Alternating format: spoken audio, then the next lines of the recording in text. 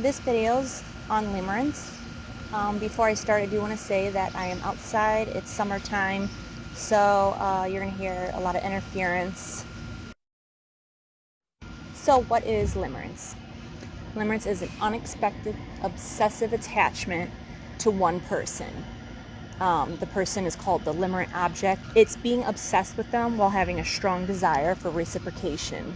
When you feel that the feeling isn't being reciprocated, it creates you to have a negative mood that just lingers. You become very disappointed and spend all your time thinking about how you can turn this around. Albert Walken defined it as OCD and addiction, also a state of compulsory longing for that person. He claims that about 5% of the population suffer from this. I'm going to say that the number is way higher because everybody I know does not know what this term is. I did not know until like a few years ago, when I was studying psychology, and it's still not widely talked about. I only found probably a handful of articles on it. At the time, there was no YouTube videos. Now I see like a few, but it's still not an overwhelming amount. And the other thing that's important to say is that 95% of your time is spent with these obsessive thoughts about the limerent object, the person that you are obsessed with. You fantasize all day, usually in non-sexual ways. It's more of like these ideas of a whirlwind romance. You imagine making them fall for you and how it's going to turn into this passionate love story. A limerent object, or the person that you're obsessed with, could be a person that you just see in passing every day or maybe once a week, or it could be someone that you've known for a long time. I mean, you could truly not know this person's name, who they are, anything about them, and grow this obsessive state of mind towards them. So that's a little scary considering what the next stats are. 90 those that suffer from limerence are usually in a state of this from about 18 months to 3 years. And then a lot of psychologists estimate that it can go on for multiple decades. So imagining something consuming your life, especially if they said 95% of the time you're spending thinking about them. Limerence is sustained when there's like a certain balance of hope and uncertainty. Hope at what this could become, and then an uncertainty of them not reciprocating the same type of feelings. So people from the outside looking in, like your friends, family, or just whoever's around that witness this, or even parts of it, and just think it's a silly idea that you're just caught up in a fantasy, or that you're maybe a stalker.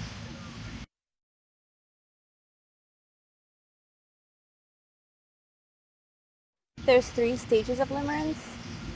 The first stage, though, is like the infatuation stage, and this is really similar to the feelings that you would feel like in a relationship, like at the beginning of a relationship. There's those chemicals in your brain that just heightens the sense of how you feel about this other person. You're harmonizing your ways with theirs to kind of mesh together and just keep this high going on. And limerence, of course, just the same thing.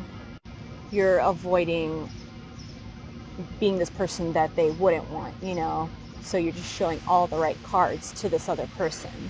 You've yet to uncover their flaws as well. So you guys, at this stage, both parties just kind of keep it under wraps.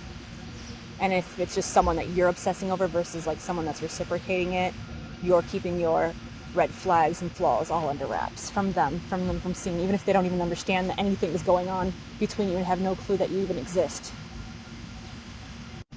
In like a normal relationship, the second stage is like the trust building stage, where you like overcome obstacles with each other.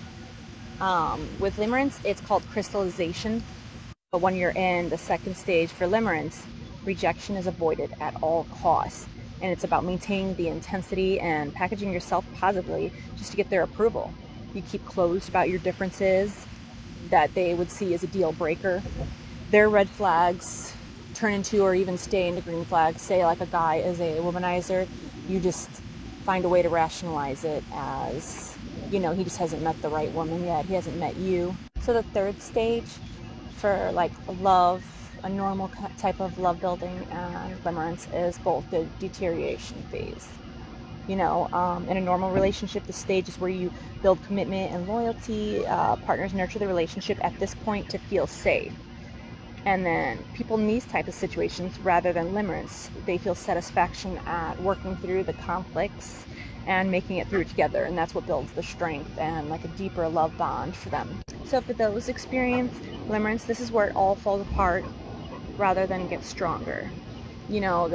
it's the case where you're losing interest in the person as the illusion recedes, and you realize that they're not what you thought they were.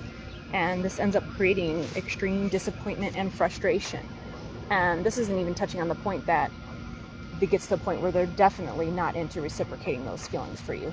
This can be still when they don't even know that you exist or that you feel this way or whatever, but you start to see something about them and it just clicks, and you just couldn't believe that you've spent all your time, all your energy, mentally just trying to get this person, like a chase. And then you realize that that's not who you thought it was. That was not the fantasy or like the fairy tale that you played out in your head. So more importantly, what causes limerence in people? The intrusive thinking involved in limerence and OCD has been associated with low levels of serotonin and elevated levels of dopamine. These are neurotransmitters that act as messengers between the brain cells. The psychologist Watkins was trying to understand if this is related to OCD in some way. And while a lot of people that suffer from OCD do experience this, he's coming to final conclusions that that's not the case either. But I do want to say that having dealt with this, that OCD is tied to low levels of serotonin, hence why they give, what is it called? Like Zoloft or something that raises the serotonin in your brain to slow down these obsessive thoughts. Loneliness is a big thing. I don't know if you've ever met somebody in your life that you see that is just extremely lonely, that any passing move with a stranger is a chance for them to have some kind of human connection. So those that suffer from it are more susceptible to this. If a person has a lot of unmet social needs and not aware of this, or I would say even aware of it, then a sign someone else may be interested is built up in that person's imagination into far more than just a friendly interaction. So they're just reading the message wrong altogether. Say a nice young girl is nice to this older man that's talking to her, and she's reciprocating that conversation and just standing there and giving him time of day, because a lot of people nowadays don't do that. So let's say she's doing that. In his head, he might take it as, wow, she might be into me, and this hasn't happened before. And then that could start the beginning of a limerence. This girl now is limerent object. He is imagining a scenario in his head where he gets the girl, the unobtainable girl at that, and might start thinking of ways to cross her path or find her online, figure her likes, just read her and know what kind of person she is, what kind of person she wants. They dwell on this memory of that social contact. And like I said, it turns into a deep emotional experience, which is usually quite different from the reality of the event that did happen. So does this lead into stalker territory? I mean, it does. A lot of ways it can go that way, or it can be them just still maintaining it in their mind, and they're not driving by their house, they're not waiting to kidnap that person. They're just waiting for their chance, and their chance they feel is greater if they look up about this person, they figure out who they are, So limerence can have some really big repercussions. I mean, I probably don't even have to mention them here, what they are. It's obvious just from all the information that I have said. The number one thing being depression. I mean, the person experiencing it, when they don't get those feelings reciprocated, like we said before, is going to go into a depressive state. If they feel like they've done everything they can, cross their path or whatever, and they still do not see the reciprocation, then they just feel really lost, depressed, and hopeless, and that fantasy, that idea is gone. Or say that person moves out of town or gets a boyfriend or a girlfriend, that fantasy is crushed. Because of this, and like Watkins says, since it takes 95% of your thoughts within a day, you start not focusing on school, at work, you can't think clearly. Distraction is very common when experiencing limerence. Besides all the searching and looking up and trying to make yourself available or to cross their path, you're literally all day thinking of different ways to do this. Any more information on them you can dig up, ways to cross their path. Hey, who said you can come in my video? Yeah, so ways to cross their path. Hang on. Your friendships begin to hit the back burner, even if it's not just because of it taking up all your time, maybe because your friends are just finding you extremely irrational right now and not justified in your actions or your thoughts, and just can't stand to hear this all day long. Your friendships begin to hit the back burner, even if it's not just because of it taking up all your time, maybe because your friends are just finding you extremely irrational right now and not justified in your actions or your thoughts, and just can't stand to hear this all day long. At this point, you're losing grip with reality. You're like in a tunnel vision.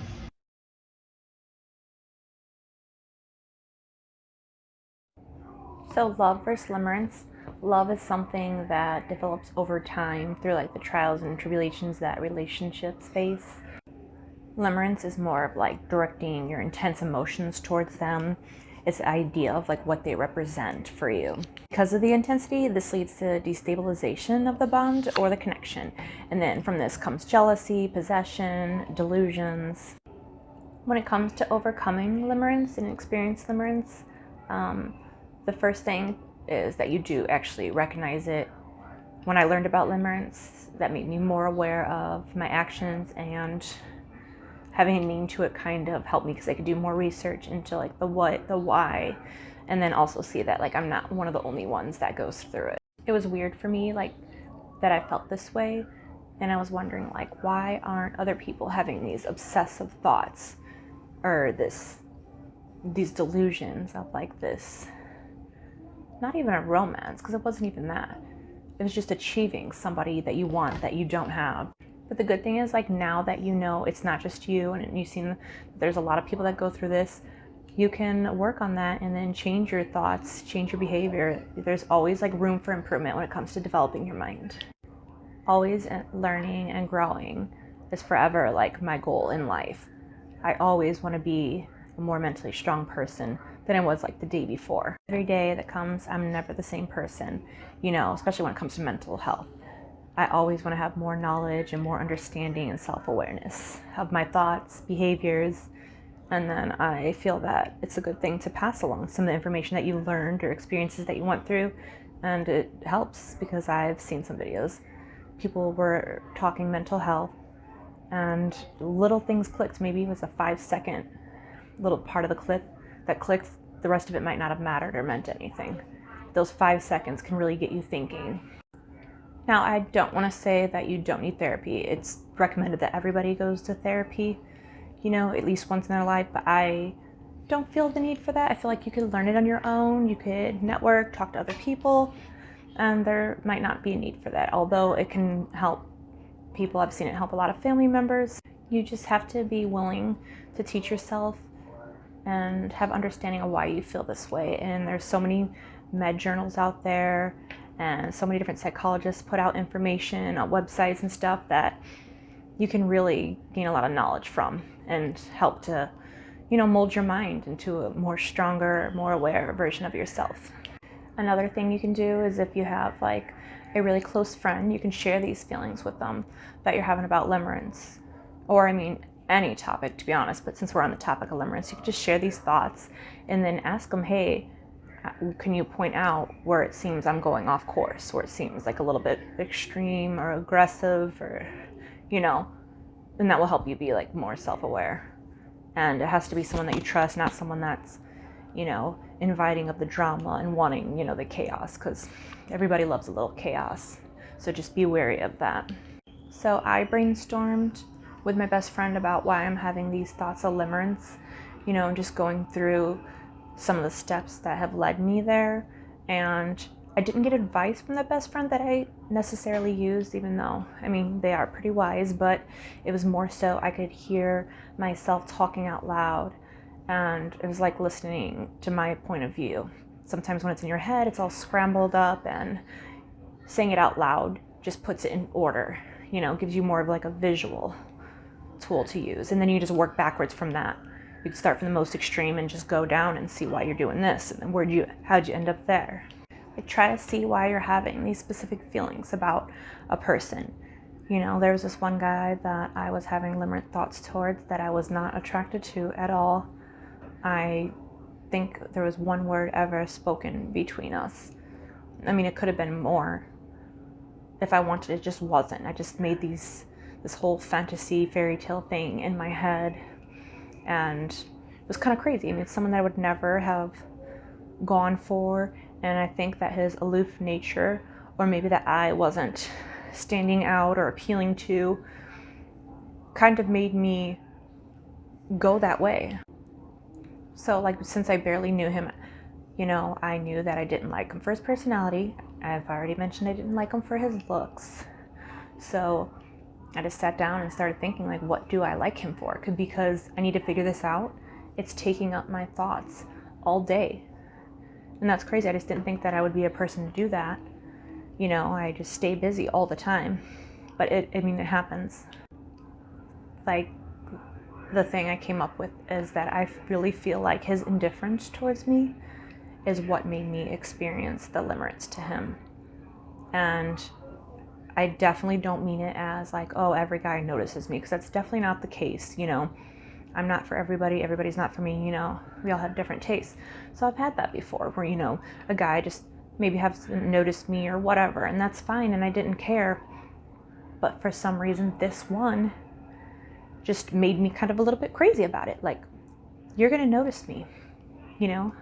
I was sitting there, not to sound crazy, everybody's done Facebook stalking, but, well, not everybody, just, you know, mentally unstable people. So I was looking through, seeing like his interests, his likes, whatever, and I seen he was into music, and I have a couple instruments, so I was always making sure to cross his path while I was carrying my instruments to my car, as if I was going to rehearse somewhere, which sounds really crazy, because I usually do not care to present like that kind of image to anyone. You know, I'm just more tunnel vision. Like, when I'm out in public, I just go about my way, not thinking of anything else around me, and I'm just more in my thoughts than anything. So that was just like a really weird behavior that I was showing. The whole scenario just intrigued me, you know, and when I can't figure out something, I become obsessive, and it just takes over my mind. And I do have OCD, and, you know, this is potentially related to limerence. So, like I've mentioned before, you know, the low serotonin levels, because this was definitely before I'd taken anything for that, could have been a reason that this was that intense. Okay, so I did some work. Usually, what do they always say? Go back to your childhood. You know, what's there that could be like correlated.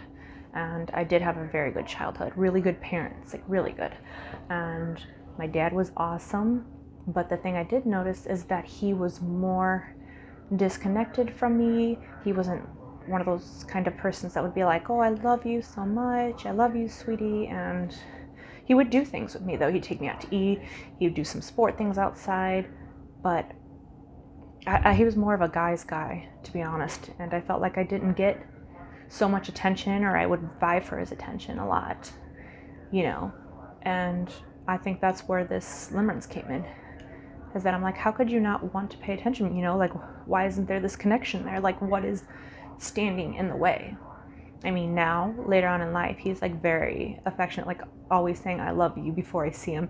Like, he's done his own like self-improvement, which I'm very shocked, because, you know, usually like our parents don't have like this level of self-awareness, and he's noticed, and he said life is short, and just always let someone know like the way you feel. He's like, you know, and just let us know how much he loved us kids. And I always felt love from him. Like, I knew he loved me. He was really supportive, and just like a really great provider. I don't know how to better explain. He just wasn't a very emotional person at all. I had like a different type of life. I mean, the things I was into was completely different from my dad, and he just seemed uninterested in any of that. And I would try to align my interests with things that he liked, even if it was something that was boring to me. And that just shows that later in life that I was trying to align my interests with somebody else that I wasn't getting like the reciprocation from. So I noticed I was doing the same thing. And my dad was also a perfectionist, and I know that he's had OCD too, but he always wanted things like a very certain way, and he would get upset if it was not that way. And I definitely inherited that OCD trait from him, you know, to like a pretty high level. So that might not be, that connection part of us isn't why I'm experiencing limerence, but his trait being passed down definitely is related to that. I feel like my dad, well, us as a whole family unit has went through some things in the past 5-6 years, some big things, and that is kind of when he took a big turn and, you know, realized that life is short, and he just, like I said, was more affectionate, and that healed me because he became what I needed. So by that healing, like some part of me, I stopped feeling that limerence as much. But at the same time, I don't know for sure if it was that. I know that plays a part in it, but I also was taking medicine for OCD too, which does stop a lot of obsessive thoughts. So is it both of those things working together? Is it one, you know? So whatever it was, is I've definitely overcome this for the most part. I mean, there's still like a little bit that lingers, but I always try to catch it before it happens, or when it's like in the very beginning, when I'm like, okay, you know, look where your mind's going, take a step back, you're good. And I would have these feelings even if I was in a relationship, because I've only had like long-term relationships. So when I was with my partner for like a long time, it was never, I never cheated or anything. It wasn't even anything about that. It was just more of like this mind game I was playing for myself with someone else that might not have even noticed that I was playing like this mind game. And even if I would have gotten that reciprocation, I wouldn't have wanted it back, because I noticed for other certain people I've had that for, once I did start getting that back, I was like immediately done, disappointed by what kind of person they are, and I like woke up to the essence of who they truly are. And I know I mentioned this already, but like if you do suffer from it like really bad, and you think that it has to do with your OCD or obsessive thoughts, medicine can definitely help. And I never wanted to take medicine before, ever. I'm like, I don't want to be on anything. But then I asked myself, like, why? Like, I'd try other things, but I wouldn't try a medicine like to make my life, you know, better. So when I did, it really like quiets these voices in your head. Not like those voices, but there is medicine for that too. But this helped with my like perfectionism, my obsessions, you know, those thoughts that you just cannot quiet. Like you could be sitting there trying to watch a show, and the whole time you'll just have these scenarios just like playing out in your head the whole time. And the last thing I would recommend is, this is what they say for every mental illness, whatever, is your own hobbies finding, or, you know, just something to do. Now, like I always find something to do. I'm like never sitting still, which is a problem in itself. But for now, we'll just go on with getting a hobby. You know, just find something else to direct your obsessions towards. If you feel it coming on to another person like that, direct that energy like somewhere else. If you can't work on it, if you're not willing to work on it, then you just need to put that somewhere, you know. And it's not saying like go join the sport team, go join a club, whatever. You could do, like, I was really into astronomy, and I got a telescope, and I would just like really be into like looking at the night sky, doing research on it, and just go down this rabbit hole. And it like kept my mind busy. And then during the day, when I would get those thoughts, I would just resort back to learning something new about that subject. Okay, well, this is all I have for the video, and I really hope that it helps somebody, even if it's just like one person, because I've come across stuff on videos on YouTube that have helped me a lot. And I feel like the more knowledge you seek, the more it's going to help you to start putting it all together, and things just start making more sense in general. So thank you for watching this video, and if you have any questions, just write me in the comments below.